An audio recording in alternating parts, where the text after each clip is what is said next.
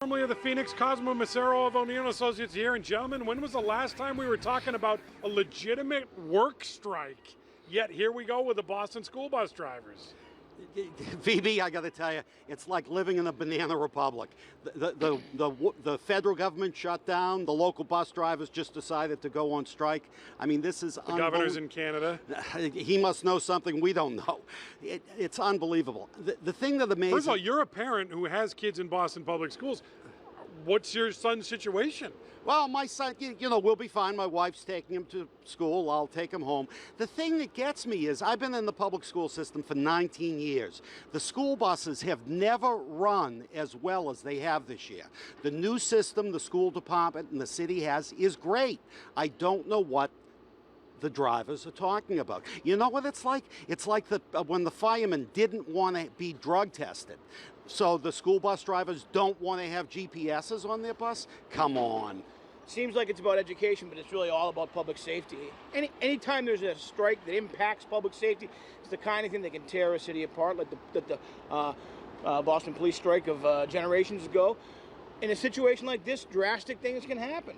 Famously or infamously, Ronald Reagan fired the air traffic controller. So it's the kind of thing that puts someone like a mayor, outgoing or not, on a decision at some point. How much can we put up? How many days can we put up with this?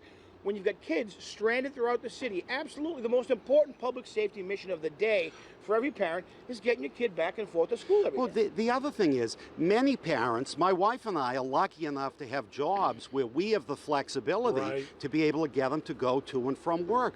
What happens if you're a hospital worker? I mean, I see, people with blue-collar jobs, that are standing out by the bus stops now. This is also, it's not only wrong, it's rude. Well, here's the other thing. What happens if you're a state rep running for mayor? In other words, what happens if you're Marty Walsh? How do you play? Cosmo, your job is helping these guys get out of tight spots.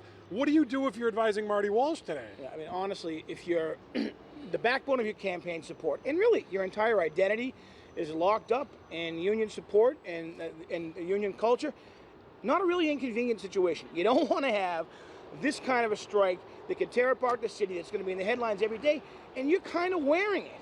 And speaking of putting someone on a decision, that's a term from playing poker. Marty Walsh is going to have a decision really quick. How does he address this? How does he satisfy his base while not absolutely alienating every parent in Boston? Does Connolly just lay low on this thing, Peter, or does he go on the offensive and try and grab the bull by the horns here? I mean, I think both of these guys, this is kind of tricky. I don't know if it's tricky. I think if you're Marty Walsh, you call for the bus drivers to immediately return to work.